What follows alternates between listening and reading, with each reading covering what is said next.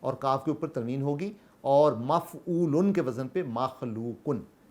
اسی طرح تیسری مثال ہم لیتے ہیں نون صاد روئے، جو روٹ ہے وہ نصرہ ہے، اس سے فاعلن کے وزن پہ بالکل، یعنی فا کی جگہ نون آ جائے گا، الف کی جگہ الف آ گیا، پھر فا کی جگہ نون الف نہ آ گیا۔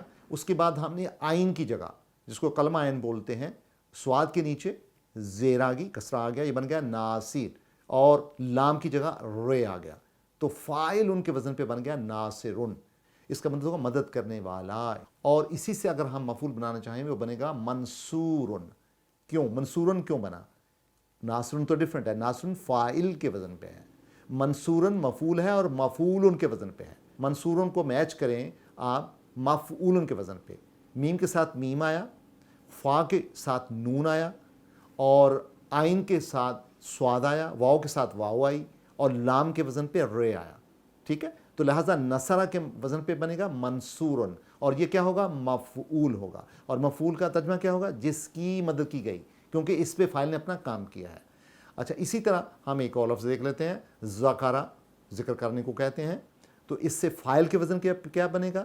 قاعدہ کیا ہوگا؟ ذاکرن، فاعل کے وزن پہ ایک ایک لفظ کو آپ میچ کر سکتے ہیں فاعلن کے وزن پہ۔ فاعلن جو ہے وہ ایک سمجھے بینچ مارک ہے، آپ نے اس کے اوپر، جیسے ایک جو ٹیلر ہے وہ کپڑا کاٹتا ہے نا اپنی ڈائی پہ، اسی طرح وہ ڈائی ہے آپ کی، تو آپ نے اب ذکرہ پہ ذاکرن بنانا ہے تو بڑا سمپل ہے، فاعلن کے وزن پہ۔ فاعلن میں کتنے ورڈ ہیں؟ فا، الف، عین، لام، 4 ورڈ ہیں، اور ذاکرن میں کتنے ہیں؟ ذاکرن میں بھی 4 الفاظ ہیں، تو اسی طرح یہ ذاکرن ہوگا۔ اور ذاکر کا کیا مطلب ہوا؟ یاد کرنے والا۔ اس کا اگر ہم مفعول بنانا چاہیں وہ بنے گا مذکورن۔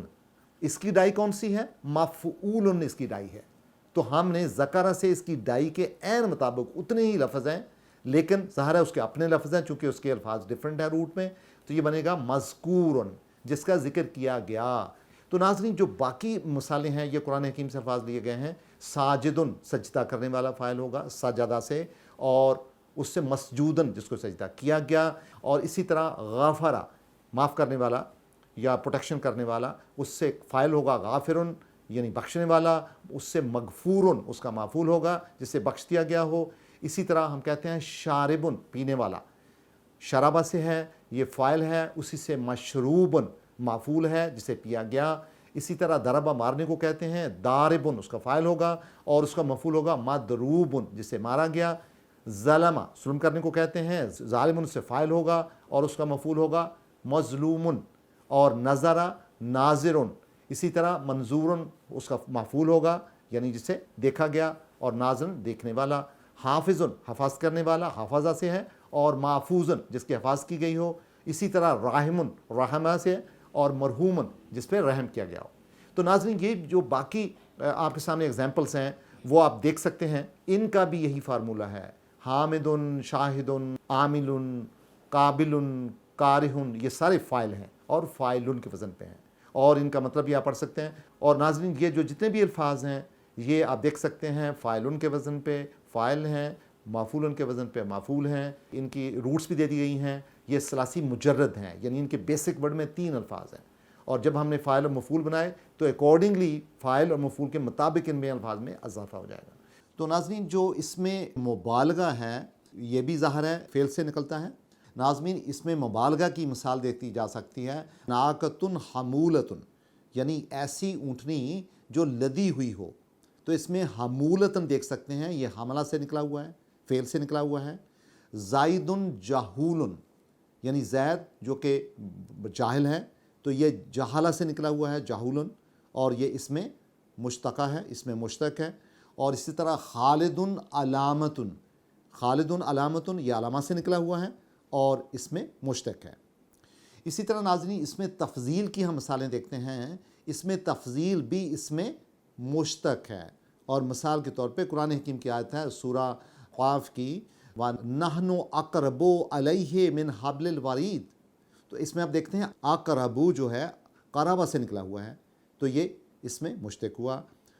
ہوا افصح منی لسانا، یعنی وہ زبان میں مجھ سے زیادہ فصاحت والا ہے۔ فصاحہ جو روٹ ہے تو ثلاثی مجرد کا اس سے نکلا ہوا ہے افصاحو، اسی طرح وَمَنْ أَصْدَقُ مِنَ اللَّهِ حَدِيثًا، یعنی یہ سورہ نساء کی آیت ہے، من اصدق من اللہ حدیثا، من اصدق یعنی جو سچ بولتا ہے، بہت سچ ہے، من اللہ حدیثا یعنی اس کی حدیث بہت سچ ہے جو اللہ تعالیٰ کے حوالے سے ہے۔ اصدقو، تو اصدقو جو ہے یہ صدقہ سے نکلا ہوا ہے، یہ بھی اس میں تفضیل ہے۔ اسی طرح ناظرین جو اس میں صفت ہے، اس میں صفت المشبہ، یعنی جیسے ہم کہتے ہیں عمل صالح، تو اس میں جو صالح ہے یہ اس میں مشتق ہے، لیکن کس سے نکلا ہوا ہے؟ صلاح سے۔ اسی طرح اسوۃ حسنۃ ہم کہتے ہیں، تو یہ مرکب توصیفی ہیں، اسوۃ حسنہ، تو حسنہ تن جو ہے وہ حسنہ سے نکلا ہوا ہے جو کہ فعل ہے۔ اسی طرح ہم کہتے ہیں جنت عالیہ، تو جو عالیہ ہے یہ علیہ سے نکلا ہوا ہے، یعنی یہ صفت المشبہ ہو گیا۔ یعنی ان بریوٹی یہ ہے کہ یہ جو اس میں مشتق ہے یہ فعل سے نکلتے ہیں، ایسے اسم جن میں صفت پائی جائے گی وہ الصفہ ہوں گے، جن میں ایک فضیلت پائی جائے گی وہ اس میں تفضیل ہوں گے، جن میں مبالغہ پایا جائے گا وہ مبالغہ والے اس میں مبالغہ مشتق ہوں گے۔ تو ناظرین تھینک یو ویری مچ۔